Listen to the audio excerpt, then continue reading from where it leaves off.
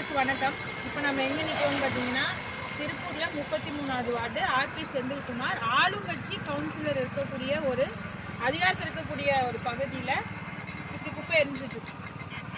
இப்போதான் முதலிப்பாளையம்ல போய் அந்த பாறைக்குழி என்ன அழகுல இருக்குது, இந்த குப்பை கொண்டு போய் கொட்டினதுனால என்னன்னு பார்த்துட்டு இருக்கோம்.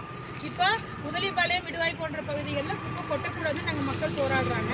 இங்கே இருக்கிற குப்பைகளை கொண்டு போய் என்ன டம்ப் பண்ணுறதுன்னு தெரியாமல் இப்படியே போட்டு வச்சு இப்போ எரிச்சிட்டு இருக்காங்க.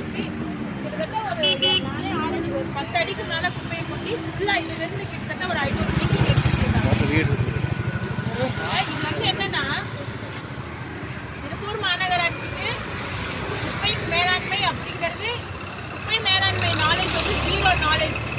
குப்பை வந்து எரிக்கணும், இல்லைன்னா கொண்டு போய் பாறைக்குழியில் கொட்டணும். ஆனால் இதை வந்து என்ன பண்ணலாம், இதுக்கு மேலாண்மை ரீசைக்கிளிங் பண்ணுறதுக்கு இல்லை எம்சி சென்டரில் போடுறதுக்கு இது எப்படி கழிவுகளை குப்பையில் தனித்தனியாக தரம் பிரித்து கொண்டு போய் கொட்டலான்ற எந்த விதமான அடிப்படை அறிவும் இல்லாத 0 நாலேஜ் இருக்கக்கூடிய ஒரு மேயர் இதை பதவியில் இருக்காங்க திருப்பூர் மாநகராட்சியிலங்கிறதுல தான் ஒரு பேரவலோ. இதுக்கு 60 வார்டு மேயர் கவுன்சிலரும் துணை போறாங்கிறது தான் இன்னும் ஒரு அழகு கேட்கக்கூடிய ஒரு விடயமா இருக்கு.